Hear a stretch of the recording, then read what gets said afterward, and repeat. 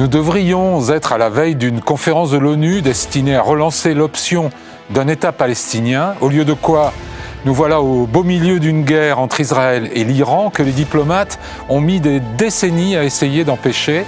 Alors jusqu'où Israël peut-il aller dans sa confrontation avec le régime iranien? Y a-t-il un risque de conflagration régionale? Gaza et les Palestiniens sont-ils jetés aux oubliettes? De tout cela, nous parlons ce soir dans le club Le Figaro International.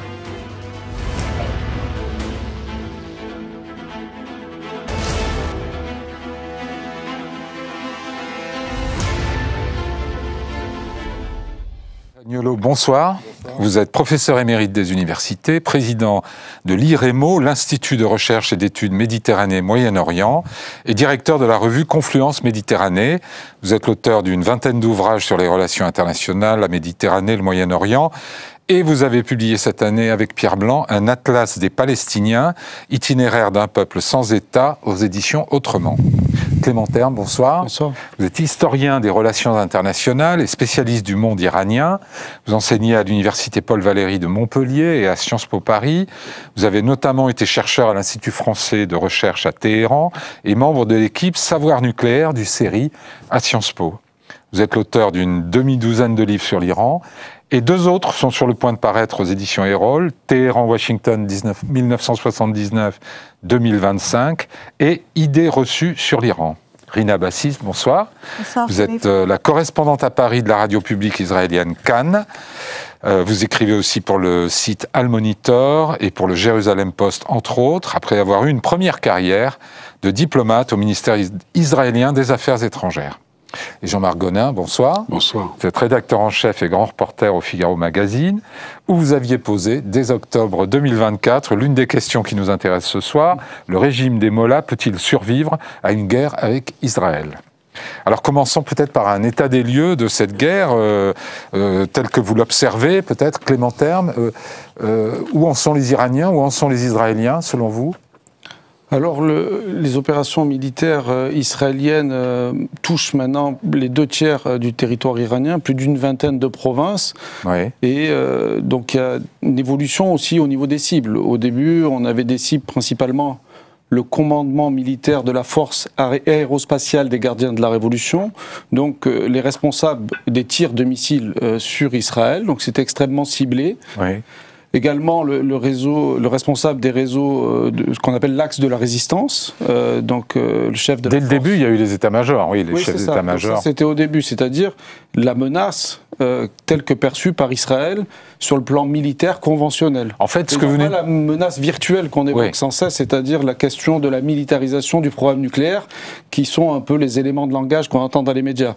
C'est-à-dire ceux dont pouvaient venir les représailles, en fait. Ça a été les premières cibles. Oui. Les décideurs et les missiles balistiques. Exactement. Et surtout, on avait vu après le 7 octobre aussi les actions sur les alliés non étatiques de l'Iran. Donc cette intervention militaire a été rendue possible aussi par les actions militaires au cours des mois précédents. Mais on a vu qu'au début, les cibles étaient vraiment limitées au maximum, les capacités de réponse militaire conventionnelle de la République islamique d'Iran. Et depuis hier, on voit que les cibles ont évolué et qu'on est plus maintenant des cibles militaires qui traduisent un objectif qui serait lié au changement de régime, comme le siège de la radio-télévision, le ministère des Renseignements, la police. On peut appeler ça des cibles politiques? Non, sécuritaires, l'appareil de sécurité. Oui, mais la télévision. Non, c'est l'État profond en Iran. La télévision participe aux confessions forcées, est liée avec les services de renseignement.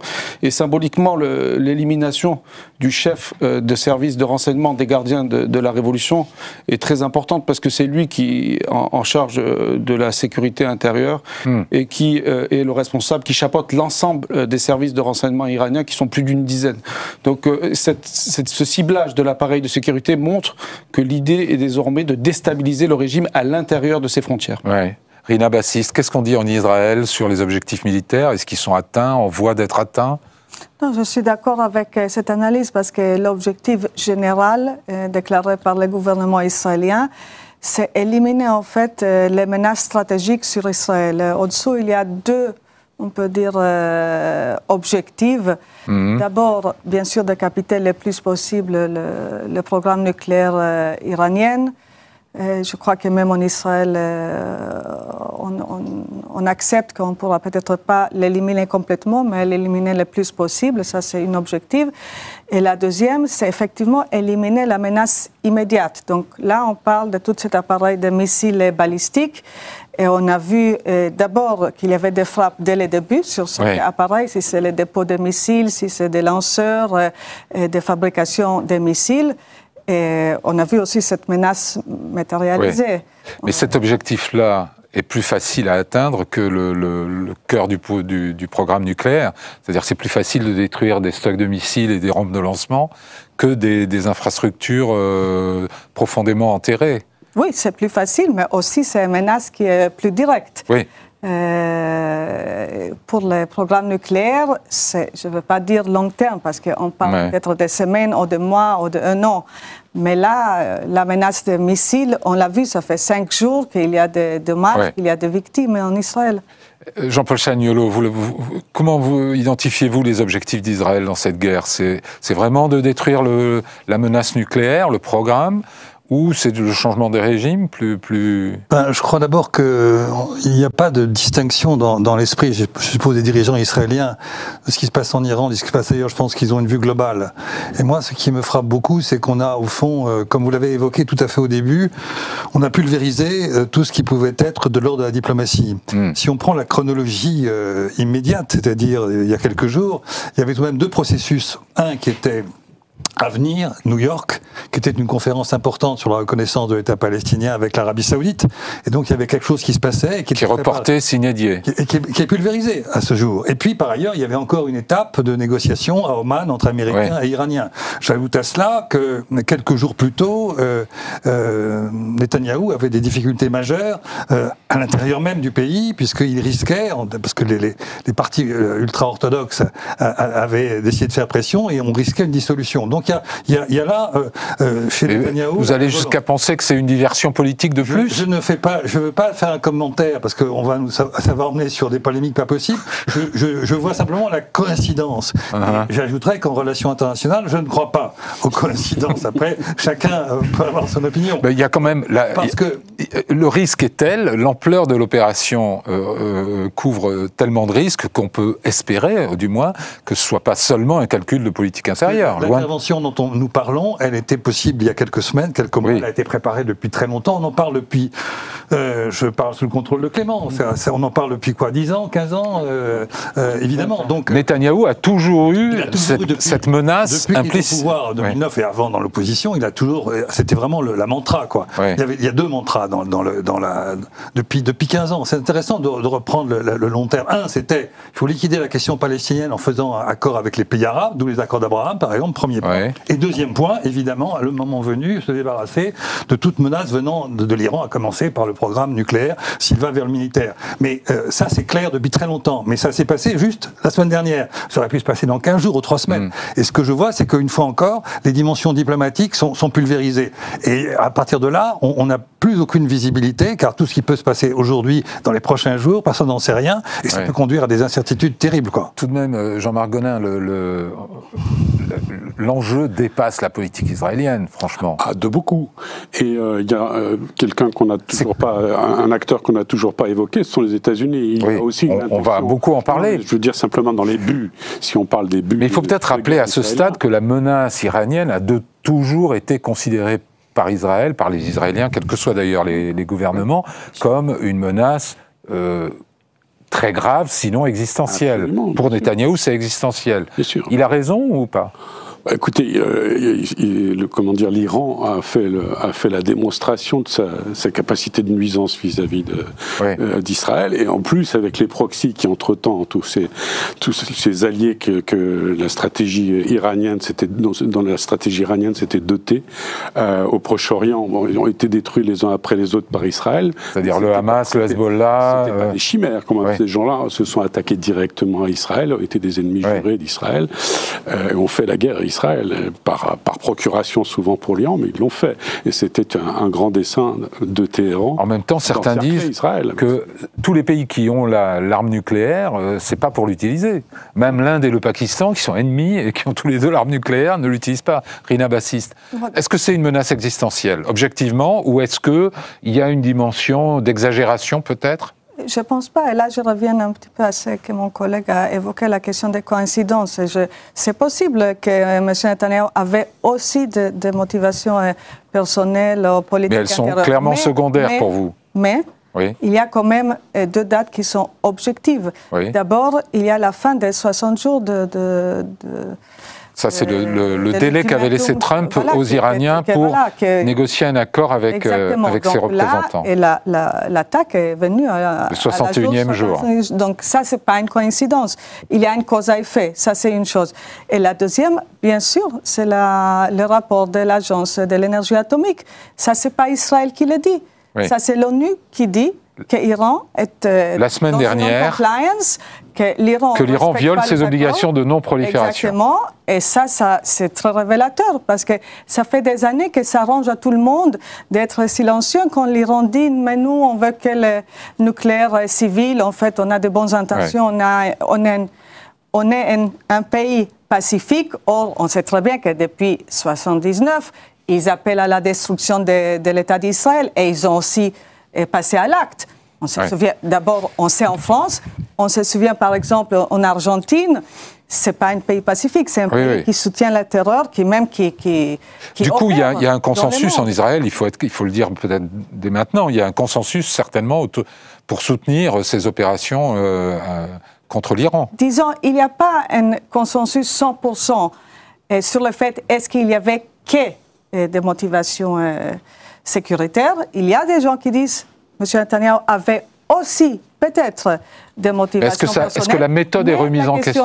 La question est en fait, il y avait ces derniers jours, ces derniers mois, je dirais plutôt, des publications en Israël suggérant qu'il y a peut-être des indices sur lesquels l'Iran a changé son stratégie. Parce que jusqu'à maintenant, jusqu'à ces dernières années, l'Iran, il n'y avait pas de preuves comme si l'Iran a décidé de passer un certain cap. Et ça, c'est là commencer à développer la bombe même. Oui. Le côté technologique qui va permettre la détonation de matériel. Mm. Et là, il y a des indications en Israël comme si l'Iran a changé sa politique. Oui.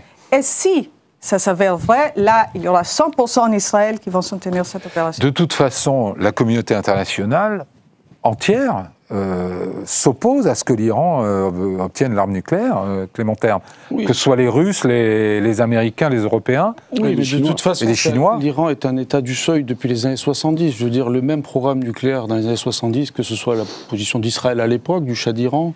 La France travaillait aussi très activement dans le programme nucléaire de l'Iran, l'Allemagne, les États-Unis, le Royaume-Uni collaboraient. C'était un programme aussi qui avait vocation peut-être à se militariser plus tard. Oui. La première estimation de la CIA date de 1975 et à cette époque estime que l'Iran, d'ici 1985, s'il le souhaite, pourra se doter d'armes nucléaires. Et la découverte de l'alarmisme nucléaire, le Premier ministre Netanyahou a fait des prédictions. On peut faire l'histoire des prédictions en Israël de la bombe atomique iranienne. Vous verrez que l'Iran a déjà des bombes atomiques depuis les années 90. Ouais. Factuellement, c'est pas le cas. Ouais. Et c'est une décision politique. Effectivement, après, c'est toute la question de... Est-ce qu'Israël estime qu'il ne pourra plus arrêter l'Iran ? Donc il y a cette question-là, qui est une question hypothétique et à laquelle personne n'a de réponse, qui permet de contourner le débat. Mais factuellement, selon les services de renseignement américains et d'autres services, on estime entre 1 et 3 ans le temps nécessaire pour pouvoir utiliser des systèmes d'armes nucléaires avant les bombardements israéliens. Mais ce qui est en cause, donc... Donc le risque, c'est que les bombardements israéliens, au contraire, accélèrent si le régime survit. Et donc c'est ça qui rend les objectifs de guerre d'Israël assez inquiétants, notamment pour la population iranienne. Ouais. C'est qu'en fait, le seul résultat politique positif pour Israël est l'émergence d'un Iran moins hostile, c'est-à-dire un retour à l'ancien régime. Et le débat, donc, est sur la méthode, en fait. Sur l'idéologie de la puisque tout le monde est contre... Non, c'est pas en fait, il y a un lien, et d'ailleurs, le Premier ministre Netanyahou a toujours fait ce lien. Dès les années 2000, le slogan d'Israël était « Un État absolu ne peut pas détenir l'arme absolue ». Il ne faut pas oublier la première partie de la proposition. C'est-à-dire, si l'Iran du Shah a la bombe atomique, ce n'est pas un problème. Donc c'est pour ça qu'on peut s'inquiéter sur les buts de guerre. Donc l'alternative, c'est le changement de régime. Jean-Paul Chagnolov, vous vouliez dire là-dessus ? C'est bien évident que le fait qu'un État comme l'Iran puisse posséder l'arme nucléaire est inacceptable. Et ce serait tout à fait contraire au traité de non-prolifération des armes. Mais bon, ce que je veux dire, c'est que ce qui est intéressant, c'est le timing, car ce rapport à l'arme nucléaire, on le connaît depuis des années. Et ce rapport est particulièrement inquiétant, mais il y en a eu d'autres. Et il y a encore un délai pour fabriquer vraiment la bombe et faire en sorte que la bombe puisse être portée par tel ou tel vecteur. Il y avait encore du temps et ça impliquait une décision politique qui n'est pas intervenue. C'est ça que je voulais dire. Je me dis, on pourrait vous rétorquer que la diplomatie a tout essayé justement, elle n'a pas tout essayé. Depuis des années. Ce qu'il faut rappeler aussi, c'est qu'il y a eu quand même une fois, parce que dans cette région, il n'y a jamais de processus diplomatique, mais il y en a eu un et qui a abouti en 2015. C'était 2015. Et qui est sorti, il faut quand même rappeler un peu la chronologie, qui est sorti unilatéralement de cet accord de 2015, qui avait commencé pendant 2 ans à fonctionner à peu près. L'AIEA faisait des rapports en 2016-17 qui étaient assez ouverts, en disant oui, l'Iran respecte, je ne suis pas en train de défendre ce fichu régime, hein, mais je constate simplement. Et à partir de là, Trump, unilatéralement, est sorti. Et ça a considérablement déstabilisé tout ça. À l'instigation de Benjamin Netanyahou à l'époque. Bien sûr, mais ça, c'était, on avait une erreur majeure, parce que je ne sais pas ce qui serait advenu de cet accord, mais une des hypothèses, car on n'en est que là, si ça avait continué, je pense que ça aurait changer assez en profondeur la société iranienne elle-même. Enfin, ça aurait pu avoir des effets importants. Et là, on est à nouveau dans un système de violence et de face-à-face qui peut conduire à n'importe quoi. Juste un mot encore, qu'on n'arrivera pas par des bombardements à, comment dirais-je, à supprimer ce programme nucléaire. Il faudra forcément qu'à un moment donné, il y ait un débat politique ou diplomatique. Et puis, il y a une autre hypothèse aussi, c'est que si ce régime ne tombe pas, car j'en sais rien ce qui va se passer dans les prochains jours, eh bien, si j'étais iranien, je serais de plus en plus radical, si j'ose dire. Il pourrait y avoir une radicalité supplémentaire, car avec une formule très, très cynique, on peut dire, le seul pays qu'on ne peut pas envahir, c'est celui qui dispose de l'arme nucléaire. Donc on joue sur un terrain extrêmement difficile, quoi. Bon, et là, c'est l'inconnu total, quoi. Il y a des bombardements, mais on n'est pas à l'invasion. Voilà, on n'en sait rien. Jean-Marc Gonin. Je voulais juste revenir sur l'accord de Vienne de 2015.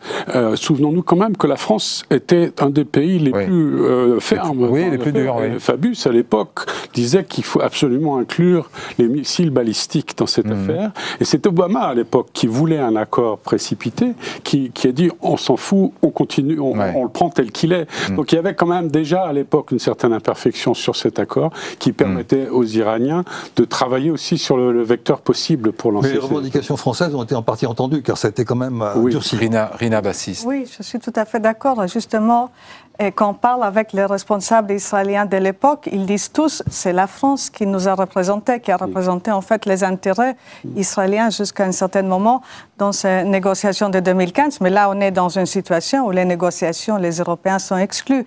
Il n'y a que le président Trump, et là, on ne sait pas ce qu'il va mettre sur la table. Pour les Israéliens, il va mettre s'il y a quelqu'un sur qui s'appuie Benjamin Netanyahou, c'est Donald Trump. Non, donc il doit au contraire, je pense. C'est pour ça, finalement, peut-être qu'il y avait une décision israélienne de frapper, justement, la peur de l'accord que M. Trump peut conclure. Parce que déjà, dans son campagne électorale, avant d'être élu, il n'a pas caché sa volonté d'arriver à un accord à tout prix, et ça, il a continué dans cette ligne. Donc, si on veut arriver à un accord, si l'autre partie sait qu'on est d'accord d'arriver par tous les moyens, bien sûr qu'il y aura un accord pas très contraignant. Oui. Juste une phrase, ce qui justerait la coïncidence que j'évoquais. C'est-à-dire que cette décision de faire les frappes vendredi matin a pulvérisé tout le processus diplomatique. Oui. Est-ce que la guerre qui est en cours, les frappes aériennes, peuvent venir à bout de ce programme nucléaire, Clément Terme ? Oui, ça va me permettre aussi de donner la perspective iranienne sur ces coïncidences qui ne sont pas que des coïncidences. C'est aussi, malheureusement, les radicaux en Iran ont aussi recherché la vengeance vis-à-vis d'Israël après les opérations d'avril et d'octobre 2024 et aussi en République islamique d'Iran, notamment la force aérospatiale des gardiens de la Révolution et le général Azizadeh qui a été éliminé et qui était présenté désormais comme le nouveau Rassem Soleimani, réclamait cette opération, ce qu'ils appellent promesse véridique numéro 3. Donc il y avait beaucoup de campagnes à l'intérieur de la République islamique pour reprendre l'affrontement militaire. Il y avait une forte demande à l'intérieur du système qui était liée à la perte de la Syrie. Pourtant, ils ont l'air d'être pris pas mal au dépourvu, aux militaires qui souhaitaient la reprise de l'action militaire. Après, je vais juste finir mon raisonnement, parce qu'il y avait la perte de la Syrie en décembre 2024 qui a été considérée comme une trahison par les plus radicaux en Iran, ne pas s'être battu pour préserver le corridor stratégique vis-à-vis du Hezbollah. Ensuite, il y a eu l'élimination d'Hassan Nasrallah. Donc beaucoup pensaient aussi que la réponse militaire de l'État iranien n'était pas suffisante. Donc il y avait ce débat interne, et donc il y a aussi 2 dates importantes pour expliquer la possibilité, l'espace politique que les dirigeants iraniens ont laissé au Premier ministre israélien pour déclencher ces opérations militaires. C'est le rejet, le 4 juin, lors de son discours, l'ayatollah Khamenei, pour la commémoration de la mort de l'ayatollah Khomeini, le fondateur. Donc il a répondu au président Trump sur sa proposition en la rejetant et en faisant de la surenchère. Et quand il y a eu la condamnation de l'AIEA, la République islamique a annoncé l'ouverture d'un 3e centre d'enrichissement d'uranium. Donc si vous voulez, d'un point de vue de l'intérêt national de l'Iran, les activistes iraniens, certes, s'opposent aux opérations militaires israéliennes, qui vont faire de nombreuses victimes civiles, mais ils s'opposent également aux décisions qui ont été prises par la République islamique, qui ont permis de laisser cet espace politique et de ne pas avoir, si vous voulez, tenu une position dans la négociation qui défende les intérêts nationaux du pays, parce que le rapport de force était en défaveur de la République islamique. Et donc, un pays qui n'a pas les capacités militaires de répondre à Israël, qui est soutenu par les États-Unis, ne devrait pas prendre des positions maximalistes, des ambitions idéologiques. Il y a eu de la provocation. Oui, de la surenchère, parce que c'est comme ça que fonctionne le système de la République islamique depuis 1960. Et aujourd'hui, est-ce qu'ils doivent être inquiets pour justement la survie de la partie la plus secrète de leur programme nucléaire? La question nucléaire est secondaire du point de vue de la République islamique d'Iran, dans le sens où elle était un outil pour boxer dans une catégorie qui est au-dessus de sa puissance réelle. C'est une puissance moyenne, et le nucléaire permettait à la République islamique d'Iran de parler directement avec les États-Unis, avec les grandes puissances. Oui, mais c'est pas secondaire pour Israël. Et ça fait, en fait, le problème nucléaire iranien est né sous le Shah d'Iran. L'ayatollah Khomeini l'a abandonné en 1979. Et donc c'est quelque chose qui est nouveau. Ça fait depuis 2 décennies qu'on en parlait en Iran. Avant, ce n'est pas un sujet. La question, c'est pas tellement le programme en tant que tel. C'est quel prix à payer pour ce programme. Si juste pour avoir une capacité d'enrichissement d'uranium, le pays va disparaître sous les bombardements israéliens et peut-être demain américains, ça vaut pas le coup. D'avoir une capacité d'enrichissement. Et à l'époque, il y a 20 ans déjà, on disait sous le président Ahmadinejad, quand j'étais en Iran, on disait que ça vaut le coup sur le plan économique. Normalement, des dirigeants En fait, c'était une assurance vie qui risque maintenant de leur coûter leur régime. C'est pas tellement une assurance vie, c'est pas, non, parce que c'est, en fait, encore une fois, c'est un état du seuil. Donc c'était l'idée finalement de reconfigurer la confrontation avec les Occidentaux. C'est-à-dire, il y a une confrontation existentielle de la part de la République islamique, de son point de vue, avec l'Occident depuis 1979, et la haine des États-Unis et d'Israël fait partie de l'ADN de la République islamique.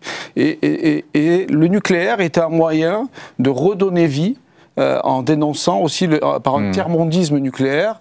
C'était intelligent sur le plan de la propagande et en comparant avec la nationalisation du pétrole dans les années 50. Bien sûr, les Iraniens sont d'accord pour avoir un programme nucléaire ambitieux. Mais tout le débat est sur le prix à payer pour avoir quel équilibre. Quand on est un producteur de gaz, qu'on peut fabriquer de l'électricité moins chère à partir de ses ressources en gaz. Donc il y avait aussi la question interne, il y a un débat interne sur la pertinence même pour le programme civil. Jean-Pierre Chagnon.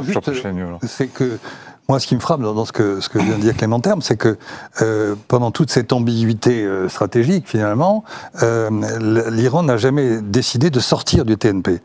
Et donc, elle a toujours été aux marges. Et là, on était sans doute au bord. Et une des possibilités, dans les temps qui viennent, c'est qu'ils sortent du TNP. Ce qui, comme l'a fait la Corée du Nord il y a déjà bien du temps. Israël a l'arme nucléaire depuis une bonne 50aine d'années. Il n'y a pas de problème de légalité de l'arme nucléaire, puisque Israël a toujours refusé d'adhérer au TNP et a toujours aussi refusé d'être de ce que les Nations Unies veulent faire, c'est-à-dire une zone libre de toute arme nucléaire chaque année, enfin tous les X années aux Nations Unies, il y a une discussion là-dessus. Donc on est dans cette période d'ambiguïté et aujourd'hui en fait le régime de Téhéran paye ses ambiguïtés et paye ses provocations. Oui, pour moi il n'y a pas d'ambiguïté.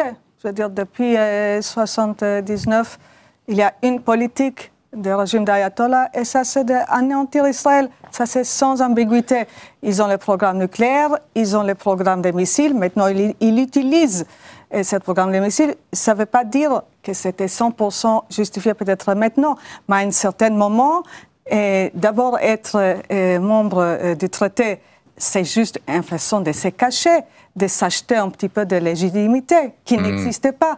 Parce qu'on sait qu'ils n'étaient pas franches avec les agences unisiennes. On sait qu'ils ont essayé de cacher tout ce qu'ils développaient.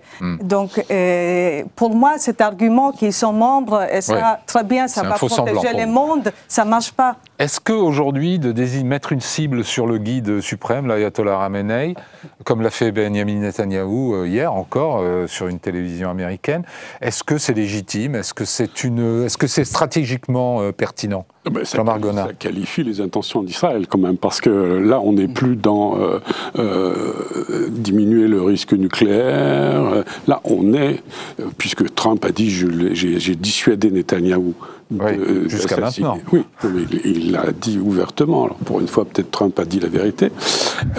En tout cas, ça veut dire qu'on voulait frapper le régime à la tête. C'est bien une logique de changement de régime et on n'est plus dans amoindrir un risque que court Israël. Là, on veut vraiment que la République ça vous paraît crédible, cet objectif de provoquer un changement de régime avec une campagne de bombardements aériens? Alors sur l'idée d'éliminer l'ayatollah Khamenei, c'est pas la même chose que d'éliminer le chef d'une organisation qui est classée comme terroriste, comme le Hezbollah libanais par les États-Unis. Donc là, c'est pas le même style de décision. Et effectivement, cela va faire basculer le conflit, même par rapport aux règles internationales, c'est-à-dire l'élimination des chefs d'État. Normalement, même dans les conflits conventionnels, ça n'a pas été la norme. On a bien sûr c'est une sorte de tabou d'ailleurs. C'est en termes de légalité internationale, mais encore une fois, en 2025, avec les États-Unis comme plus grande puissance du monde occidental, je crois que cela reflète aussi l'état des relations internationales aujourd'hui et un basculement dans une ère on peut s'arrêter un instant là-dessus, parce que c'est vrai que c'est un vieux tabou. On l'a vu avec Poutine, Milosevic, Bachar el-Assad. On ne touche pas aux chefs d'État, même les pires. Et Trump, qui n'a pas beaucoup de tabous, semble avoir eu celui-là aussi. Je ne sais pas si vous avez des réflexions là-dessus. Pourquoi d'abord ce tabou? Pourquoi on ne touche pas quand on cherche à anéantir un ennemi? On évite de frapper à la tête, c'est surprenant. Moi je crois qu'il faut prendre les choses un peu en amont, c'est-à-dire que si on se place sur un terrain juridique, sur un du droit international, c'est l'idée de la licéité du recours à la force. Et donc, une guerre comme celle-ci, elle est illégale au regard du droit international. L'article 2, alinéa 4, est extrêmement clair là-dessus. On ne doit pas faire de guerre préventive. Alors après, aujourd'hui, tout ceci a volé en éclats. Les principes juridiques fondés en 1945 ne tiennent plus. Et c'est ça qui est terrible. Parce que, est-ce qu'il y a un juge qui pourrait dire oui ou non, est-ce que c'est légal? Sinon, c'est des polémiques à n'en plus finir. La seule instance capable de faire ça, c'est le Conseil de sécurité. Or, le Conseil de sécurité, aujourd'hui, a disparu, soit par le veto russe, quand il s'agit de tel, ou bien le veto américain, donc le Conseil de sécurité a disparu. Et à partir de là, tout est possible. Mais le point de départ, c'est ça. Une guerre est illicite si elle n'est pas... Et si on sort du droit pour passer à l'efficacité, puisque le droit n'a plus beaucoup de poids, est-ce que c'est pertinent d'essayer de dire, comme le fait Netanyahou, on annonce sa mort depuis des décennies. Donc, en fait, avant qu'il y ait ce débat, il y avait, vous savez, dans tous les régimes autoritaires, il y a le débat sur la santé des dirigeants. Moi, quand j'étais en Iran, déjà, en 2006-2007... On dit que Khamenei a un cancer de la prostate depuis des années. Ça a été annoncé plusieurs fois. Et moi, quand j'étais à Téhéran, je me rappelle, on résidait pas loin, d'ailleurs, de la résidence du guide. Mais c'est pas les Iraniens qui l'ont annoncé. Non, c'était des rumeurs, c'était la presse, des médias. Il y avait le bruit qui courait, que le guide nous avait quittés. Et il y avait cette idée. Et là, on voit d'ailleurs l'activation des défenses anti-aériennes. Beaucoup aussi de nouvelles qui nous arrivent ces 2 derniers jours, en disant beaucoup d'activités autour de la résidence du guide. Donc ça fait partie aussi de la guerre psychologique, la guerre informationnelle. Donc on est... mais ça aurait quel effet c'est le chef de l'État, c'est-à-dire c'est le pilier, le point d'équilibre. Il y a une structure de pouvoir complexe. Oui, alors ça, ce sont les institutionnalistes qui disent ça. C'est-à-dire que pour les institutionnalistes, il y a l'Assemblée des experts qui existe, donc il va désigner un nouveau guide. Mais c'est pas si simple dans un régime qui est affaibli. Ça serait un coup fatal. Les sociologues croient dans la théorie du choc. Moi, depuis que je travaille sur l'Iran, depuis une vingtaine d'années, j'entends que le jour où le guide disparaît, tout sera possible. Donc, parce que c'est la figure qui a aussi la légitimité révolutionnaire. C'est cette génération qui a plus de 80 ans en Iran. Ils ont fait la révolution dans les années 70. Et donc, est-ce que son fils, par exemple, ça serait difficile? On parle par exemple de la transmission à Mojtaba Khamenei, son fils, mais c'est un régime qui a renversé une monarchie héréditaire. Donc, comment un ayatollah pourrait mettre son fils à sa place, etc. Donc, ça va poser, la succession pose des problèmes, je pense, systémiques. Mais qui déciderait? C'est le conseil, c'est le conseil des sages? C'est l'Assemblée des experts. L'Assemblée des experts. Mais c'est des religieux qui, déjà, ont un comité, parce qu'il est âgé, et il y a des rumeurs sur sa santé. Donc, il prépare cette succession. Mais dans le contexte d'un conflit, parce qu'il est aussi chef des armées, le guide suprême. Donc, c'est le chef de l'État. Donc, pour vous, ça serait quand même un choc important? Je ne peux pas le mesurer. Je vous dis qu'il y a en sciences politiques, il y a 2 types d'analyses. Il y a les sociologues qui croient à la théorie du choc et les institutionnalistes qui minimisent. Qu'est-ce qu'on en pense en Israël, Rina? Oui, effectivement, il y a 2 choses. Il y a ciblé Khamenei et il y a faire tomber le régime. Je ne suis pas sûre que c'est la même chose les deux. Pour l'instant, ce que je vois, avec tout ce que je parle avec des responsables israéliens, pour l'instant, Israël, Jérusalem, n'a pas défini faire tomber le régime iranien comme un objectif de la guerre. Je crois que déjà éliminer ou presque éliminer le programme nucléaire, c'est un tel défi qu'on n'y va pas plus loin que ça. Et aussi peut-être au fait qu'à la fin, c'est au peuple iranien de se décider pour son sort, pas Israël. Ça, c'est une chose. Bien sûr, Israël sera très content si Khamenei tombe, si le régime d'Ayatollah tombe. Ça va de soi. Mais je crois que la déclaration de M. Netanyahou, on n'exclut rien. Parce qu'il n'a pas dit on va viser Khamenei, il a dit on n'exclut pas. Il a dit hier soir, ça accélérerait, ça ne provoquerait pas une escalade, ça conduirait à la fin de la guerre. Il n'a pas dit, il est sur notre viseur.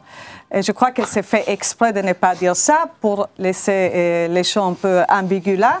Il y a aussi ces déclarations avec la Maison-Blanche. Est-ce que la Maison-Blanche a fait veto, a pas fait veto? On est dans un environnement un peu de spin.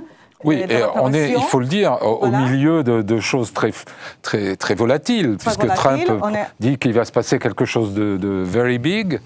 On ne sait pas exactement quoi. Un ambassadeur, je crois, d'Israël a dit aussi qu'il allait se passer des choses, qui rendraient anecdotiques les beepers qui ont tué tout l'état-major du Hezbollah. Tant de déclarations, mais à la fin, ce qui est important, c'est ce qui se passe sur le terrain. Et pour l'instant, Israël vise des cibles qui sont plutôt sécuritaires. Mais il y a quand même Netanyahou parle régulièrement au peuple iranien, quand même. Il y a sinon un appel ou un soulèvement. Mais qu'est-ce qu'il dit à la fin? Qu'est-ce qu'il dit d'abord?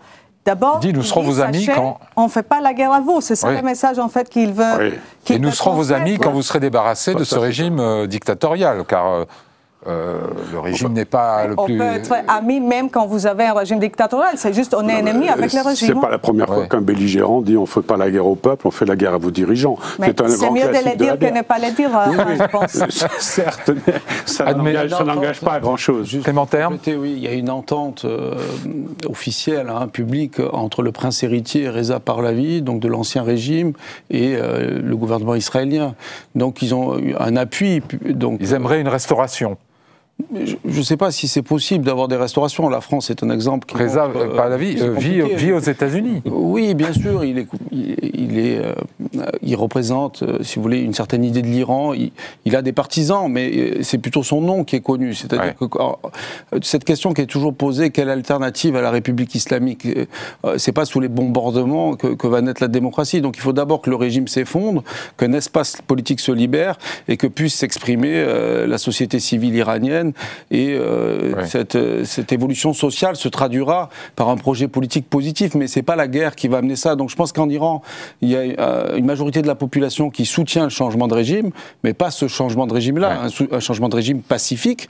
Et venant de l'intérieur, bien sûr. Voilà, on a des manifestations depuis le milieu des années 2010 qui demandent plus la réforme, qui demandent le changement de régime. Mais pendant le mouvement de 2022, parce que c'est important par rapport au débat, le mouvement Femmes, Vie, Liberté, en Israël, il y avait des portraits d'un rappeur iranien très célèbre, Toumaj. Il n'avait rien demandé. Hein.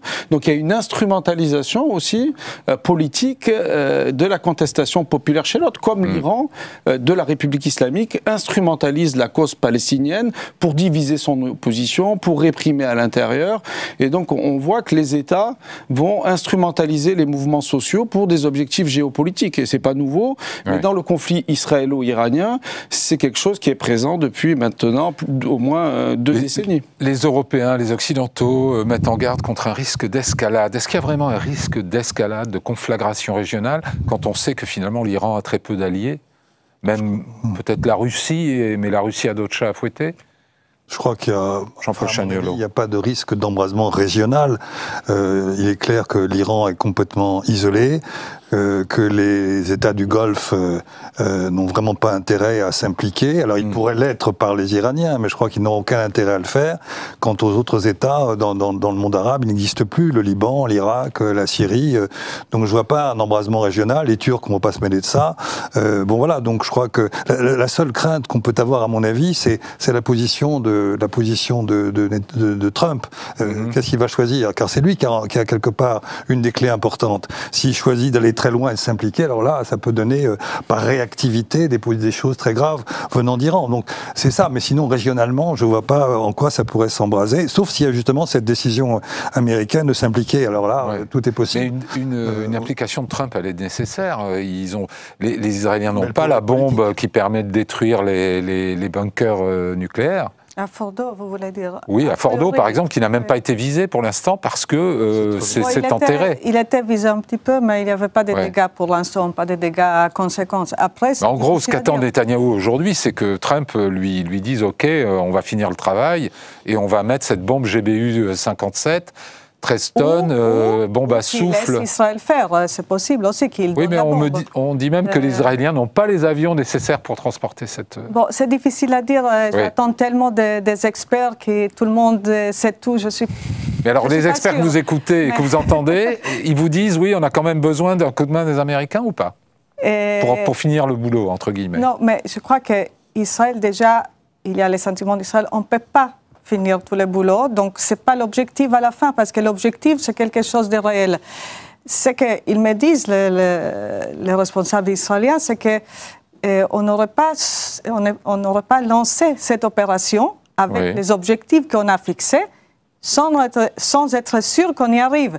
Donc maintenant, la question est, qu'est-ce que c'est exactement les objectifs?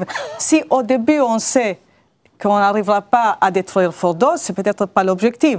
L'objectif, peut-être, c'est détruire tous les autres sites. Aussi, ils me disent une autre chose. Non seulement on ne serait pas lancé dans cette opération sans être sûr d'y arriver, mais aussi l'hypothèse pour le départ est qu'on le fait seul.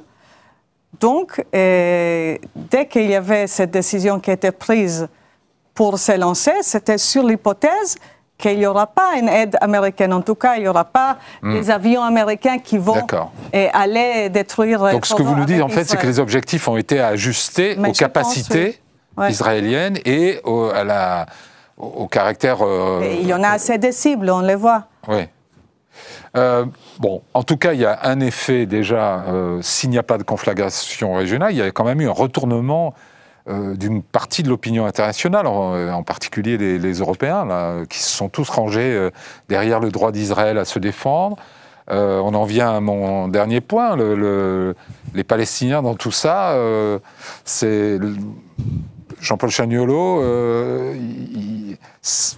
Est-ce que finalement Netanyahou a mis sur la table un enjeu et une méthode tellement plus fracassante sur le plan international que, une fois de plus, les Palestiniens vont passer par pertes et profits ou pas? La première chose, c'est que quand vous parlez des dirigeants européens, moi je serais tenté de dire qu'ils n'existent pas. Ouais. Ils n'ont plus de parole, ils n'ont plus de capacité. Il y a quand même un communiqué du G7, ils appellent à la désescalade, ils disent qu'Israël a le droit de se défendre. Bien sûr, mais ils laissent complètement de côté toute une série de dimensions, et en particulier, Macron a laissé tomber la conférence qu'il avait essayé de monter depuis des semaines. Et je crois vraiment que les Européens ne pèsent plus, quoi. Je parle des Européens. Les Américains ont la clé, Israël a une tactique, pas forcément une stratégie. Et c'est vrai que dans cette affaire, les Palestiniens sont complètement marginalisés. Et ce qui se passe aujourd'hui à Gaza, je crois que c'est pas simplement de l'ordre d'une guerre, c'est quelque chose, enfin à mes yeux, qui est absolument dramatique. Parce que là, pour le coup, le droit humanitaire est totalement piétiné. Et les dernières nouvelles qu'on a ces derniers jours, la situation est vraiment terrifiante, quoi. Il n'y a aucune espèce d'espace politique possible. Tout le monde les a oubliés. Maintenant, l'aide alimentaire est complètement instrumentalisée. Et puis moi, ce qui me bouleverse d'une certaine manière, c'est que on a rasé des villes, quoi. Et on a rasé des villes dans une indifférence quasi totale. Rafah, c'est quand même 250 000 habitants, c'est comme si on avait rasé la ville du Havre, ou si on avait rasé Haïfa, par exemple. Si on avait rasé Haïfa, si une armée arabe avait rasé Haïfa, je pense qu'il y aurait une incandescence légitime pour bouger. Là, on a rasé Rafah, on rase en particulier Khan Younes, et dans le nord, il y a aussi 2 villes qui ont été rasées. Donc c'est ça la situation. Et donc il n'y a aucune espèce comment dirais-je, d'objectif politique, si ce n'est d'écraser les populations de Gaza, quoi. Jean-Marc Gonard.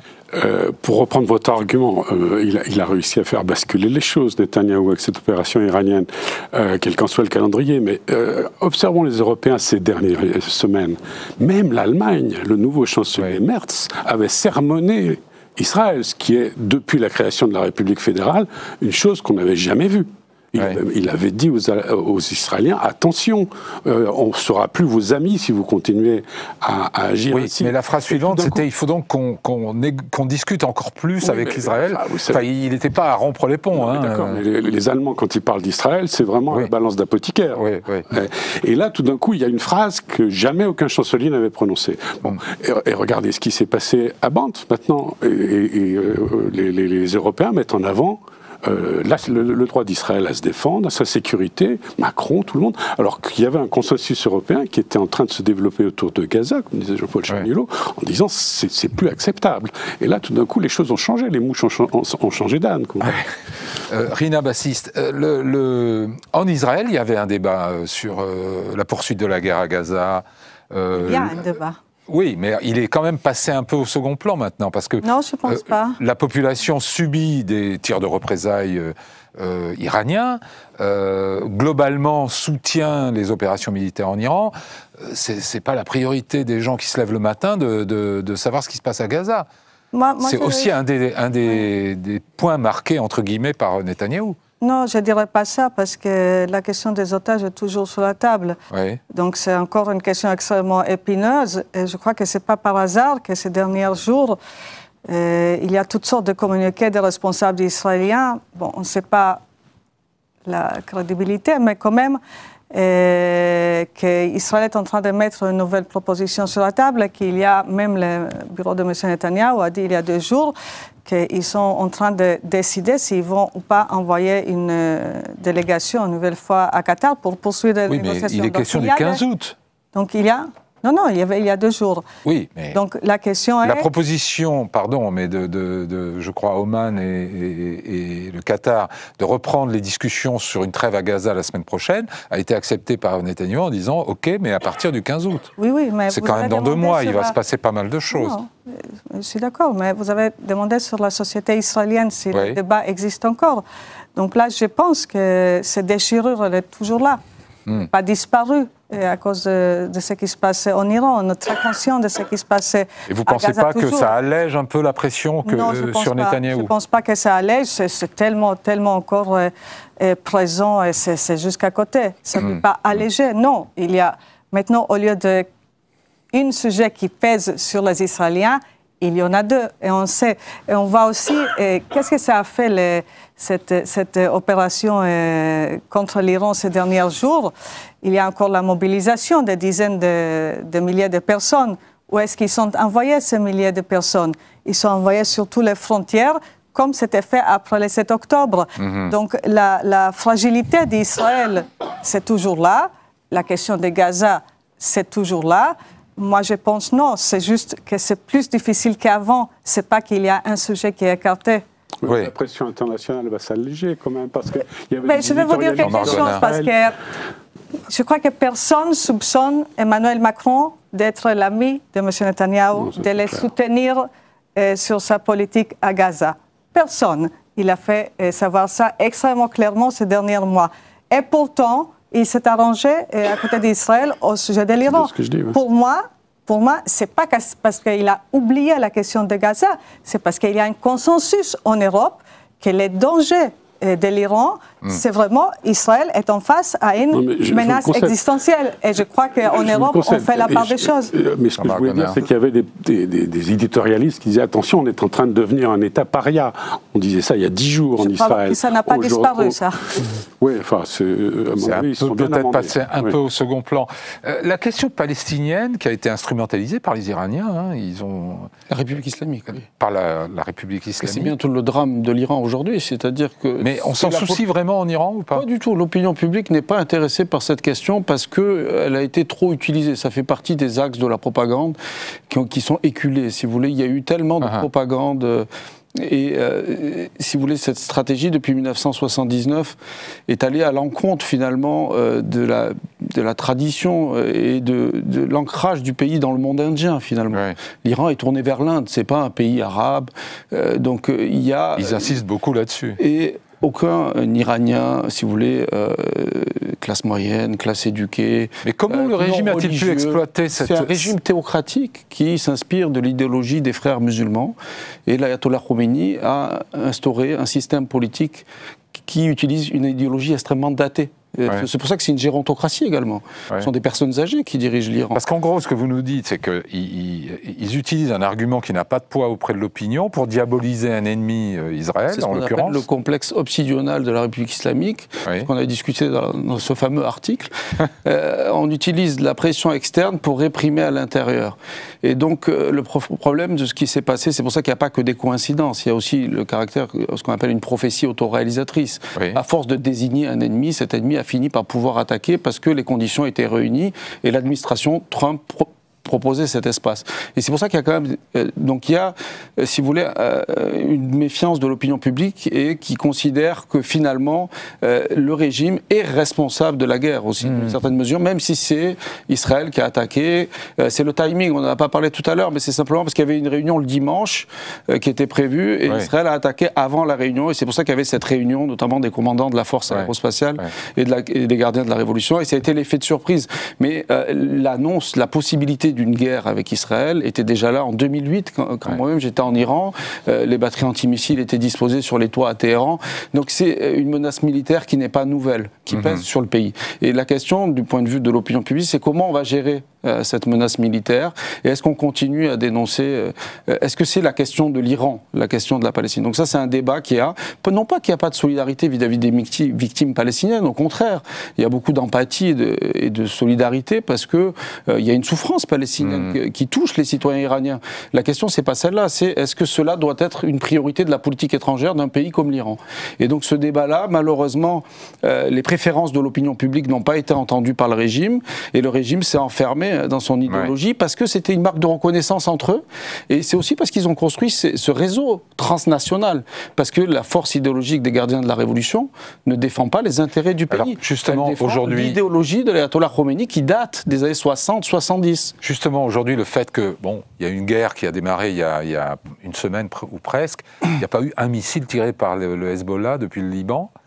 Parce qu'il y a une déception aussi sur le soutien iranien. Donc, non, mais cette espèce de... C'est l'idéologie et la survie, chacun. Oui, l'axe de la non-résistance. Voilà, il a complètement disparu. Est-ce que pour le régime, est-ce que c'est grave, cette solitude ? Il y a l'Irak, donc il y a quand même un risque d'embrasement régional, parce que si le régime sent que sa survie est menacée, si l'objectif est bien celui qu'on dit, le changement de régime, il pourrait, comme il l'a déjà fait en 2020, mais sans charge explosive, tirer sur des bases américaines, et là, c'est la ligne rouge. Et c'est là où on pourrait avoir... ça. Et le détroit d'Ormuz aussi, c'est des soldats américains, c'est la ligne rouge de Donald Trump. Et là, on pourrait avoir une implication américaine. Le blocage du détroit d'Ormuz, on voit déjà les prix du pétrole, on approche des $75, je crois, en ce moment. Donc dès qu'il y a eu les rumeurs cet après-midi d'implication de l'Amérique, le prix du baril a recommencé à augmenter. Donc il y a aussi un questionnement sur la sécurité énergétique. 30% du trafic maritime de pétrole transite par le détroit d'Ormuz. Pourquoi l'Iran ne l'a jamais fermé, même si cette menace est très ancienne aussi également? Tout simplement parce que l'Iran exporte son pétrole via le détroit d'Ormuz. Il se tirerait dans le pied, donc. Voilà, exactement. Mais dans un contexte nouveau lié à la guerre, on ne peut pas exclure une Mais pour contagion. l'instant, on observe quand même qu'ils font très attention de ne pas justement franchir les lignes rouges que vous évoquez, c'est-à-dire pas tirer sur les bases américaines, pas essayer d'élargir le conflit. Quand même en Irak, on a des situations en Irak qui commencent à ressembler. Pour la sécurité de la zone verte à Bagdad a été améliorée, mais il y a aussi les mesures qui ont été prises après les événements de 2020. Mais il y a aussi, je pense, une méfiance parce qu'il y a des élections qui vont avoir lieu en Irak. Donc la situation était plutôt calme avant l'intervention israélienne. Mais c'est là que réside désormais peut-être la possibilité pour la République islamique de trouver une porte de sortie parce que à l'intérieur de ses frontières, si son appareil de sécurité est déstabilisé, on les voit mal trouver une solution militaire, c'est-à-dire de pouvoir répondre aux opérations militaires israéliennes sur le plan militaire conventionnel. Donc quand même, il y a aussi ce risque de l'utilisation des opérations terroristes. On avait vu ça dans les années 80 à Paris notamment. Et vous les voyez, vous, ce régime avoir recours à toutes les armes à sa disposition, y compris le terrorisme? S'il est acculé, c'est la réponse asymétrique. Donc il y a les cyberattaques, il y a la mobilisation des réseaux des gardiens de la Révolution qui sont en Amérique latine, en Afrique. Donc par exemple une ambassade d'Israël aussi. Donc c'est pour ça qu'Israël a augmenté la sécurité de ses ambassades. Donc oui, il y a, mais après tout va dépendre de cette capacité, parce qu'il y a quand même. Et vous voyez le régime survivre à cet épisode, à cette épreuve ou... Alors on ne peut pas faire de prédiction. Mais c'était un régime qui était déjà très affaibli. Maintenant, l'opération militaire israélienne est aussi impopulaire. Évidemment, la population qui est en train d'évacuer la ville de Téhéran et les conséquences humanitaires créent cette situation-là. Mais ça ne veut pas dire qu'il y aura un ralliement derrière le drapeau. Souvent, ce qu'on entend sur les plateaux télévisés, ça c'est une idée assez lointaine. Parce que vu l'état de l'impopularité, parce que certains aussi, des victimes du régime, se réjouissent de l'élimination de certains généraux des gardiens de la Révolution. Et on a vu que le Mossad était très très présent jusque dans les hautes sphères du pouvoir, manifestement, pour arriver à... Très important. Jean-Marc Gonin, vous avez... je connais mal le Mossad, j'ai pas... Non, mais vous avez rédigé un MOOC sur les espions. Ça fait de vous un expert. Mais Israël a eu le temps de recruter beaucoup de gens. C'est spectaculaire quand même. C'est très spectaculaire. Il y a quand même aussi des forces telles que les Moudjahidines du peuple, dont on dit qu'ils ont beaucoup fourni une opposition iranienne qui vivait ici beaucoup en exil, notamment en France, a servi d'agent de renseignement, voire un peu plus. On peut imaginer qu'on les active là. Vous avez des Kurdes qui ne sont pas forcément des amis du régime des Mollahs. Vous avez des Arabes au sud de l'Iran. L'Iran n'est pas non plus un monobloc. Hein. Vous avez beaucoup de minorités et on peut se servir de ces gens-là parce que ce sont des opposants potentiels. Rina Bassiste, on est impressionné en Israël par les succès du renseignement israélien, du renseignement militaire, des préparatifs. Est-ce que le succès militaire, l'exploit même, qui a eu lieu contre le Hezbollah, par exemple, et qui a donné lieu à un succès stratégique, on pense pouvoir le répliquer côté iranien, alors qu'on est dans une échelle complètement différente, avec un pays 3 fois grand comme la France, 90 millions d'habitants? Je ne sais pas si on peut le répliquer, mais en tout cas, c'est un certain retour, peut-être, après tous les échecs de 7 octobre, des renseignements, d'opérations de l'armée, des Shin Bet, des Mossad. Là, il y a quand même un retour des capacités technologiques et des renseignements israéliens. Et c'est même plus impressionnant quand vous pensez à l'élimination de M. Haniyeh, le mois de juillet 2024. Le chef du Hamas. Le chef de Hamas. En plein Téhéran. En plein Téhéran, parce que après cette opération, qu'est-ce que les Iraniens ils ont fait? La première chose, il y avait une purge. Ouais. Bien sûr, ils ont chassé, il y avait une chasse à l'homme pour justement trouver, exécuter tous ceux qui étaient soupçonnés de loin, d'avoir collaboré d'une certaine façon avec les Israéliens. Donc, après ces purges, qu'il y a encore assez des agents de Mossad, des gens infiltrés pour amener ce genre d'opération, je crois que côté opérationnel, c'est assez extraordinaire. Jean-Paul Chagnolot, le mot de la fin. Écoutez, moi je crois que si on s'en tenait à ces questions militaires, ces questions tactiques, je crains qu'on n'arrive nulle part. C'est-à-dire que s'il n'y a pas à un moment donné une stratégie politique et à un moment donné le retour d'une diplomatie, on ne va nulle part. Comment on termine une guerre? On la termine par l'humiliation et l'écrasement de l'adversaire. À ce moment-là, à coup sûr, dans les temps qui viennent, il y aura des retours de flammes terribles. L'histoire nous l'apprend. Et par conséquent, à un moment donné, il faudra que les diplomates se saisissent de tous ces dossiers, sinon on va vers des violences à venir. Merci beaucoup à tous les quatre. Merci à vous de nous avoir suivis. Comment termine-t-on une guerre? Ça sera la question d'une prochaine émission. Je vous retrouve la semaine prochaine. Très bonne semaine à tous.